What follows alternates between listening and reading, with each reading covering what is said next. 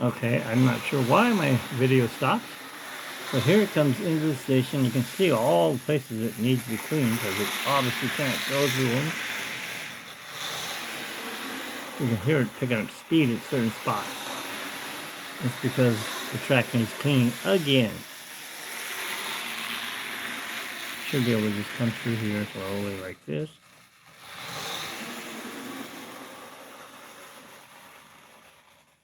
Small world.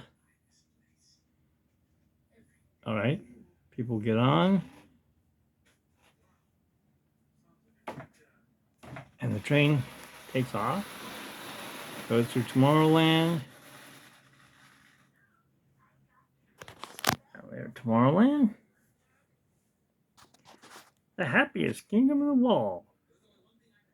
And then, of course, we're coming into the Grand Canyon and Primeval World.